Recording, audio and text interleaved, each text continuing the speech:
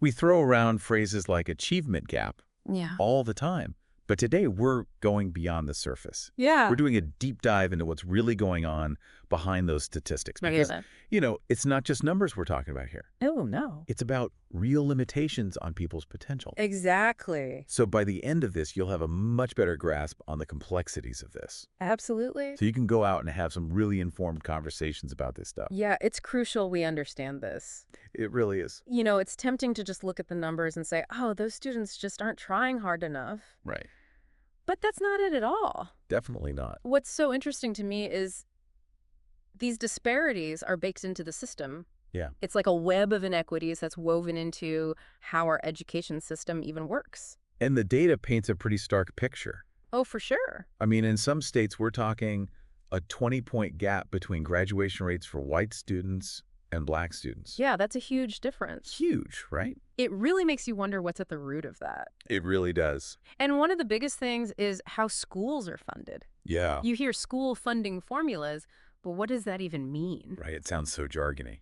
It is, and in a lot of states, it boils down to property taxes. So location. Basically, a school in a wealthy area with high property values, they end up with way more money.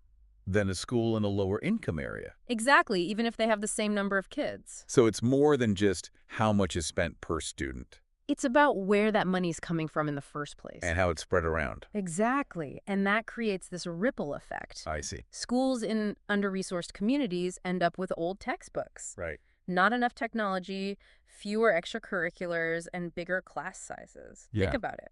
Yeah. Trying to learn in a class with 35 other kids versus a class with 20 Huge difference. makes a world of difference. And then on top of all of that, you have to get good teachers to go to those schools and then stay there. Oh, yeah, that's a big one. Which can't be easy with all those challenges. Not at all. And without the proper support. Right.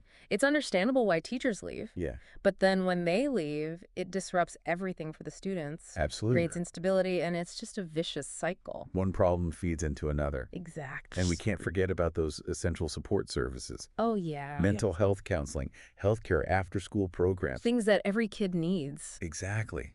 But they're often missing in the places that need them most. You're so right. It's that combination of socioeconomic status, race, and location that really creates those unique challenges. It's all connected. It all ties together. So what can we do about all of this? All right, good question. Obviously, no easy solutions, but the research mentions some promising approaches. It does. Can you talk about those a bit? Yeah, so early childhood education is a big one. Yeah. High quality early childhood education. I mean, Right.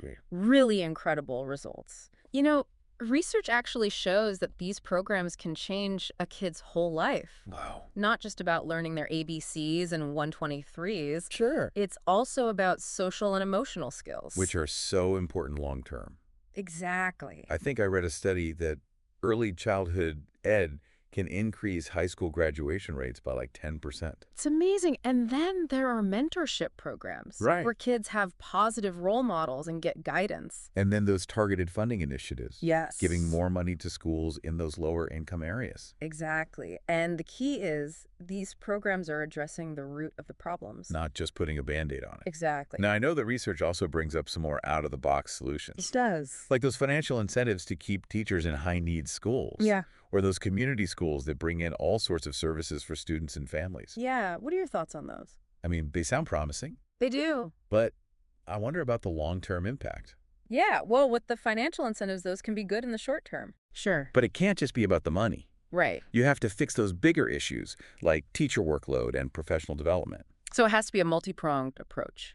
Exactly. And those community schools have had some great results. I've heard that too.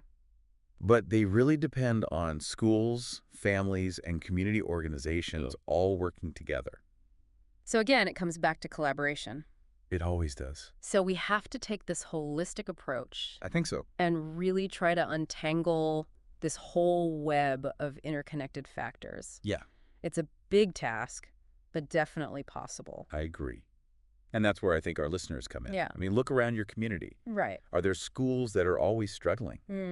Have you seen these disparities in action? It makes you think. Now that you know more about this, Right. Think about how you would talk to your local school board. Yeah. Or even your state representative. Your voice matters. It really, your advocacy can actually change things. And here's something else to think about. We always say that education is the key to opportunity. Right. But if these disparities keep existing, then what does that say about us? What kind of opportunities are we really offering? That's a really powerful question. It's something we all need to be thinking about. It all starts with understanding and being aware. And then taking action.